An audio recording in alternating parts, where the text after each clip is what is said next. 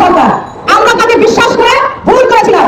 আপনারা পালাতে পারবেন না। আপনি মিটমিট হাসেন আর উল্টা পাল্টা কথা বলেন, সাংবাদিকদের প্রশ্ন করেন, সাংবাদিক আপনাকে করে। আগামীতে নির্বাচনটা যে ডেট দিয়েছেন আদৌ করতে পারবেন তো?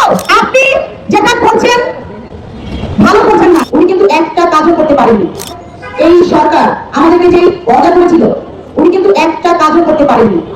আমাদেরকে সর্বপ্রথম উনি নিশ্চিত করেছিলেন একটা সুন্দর নির্বাচন করে দিবে। আমরা কিন্তু ওনাকে বিশ্বাস করেছিলাম।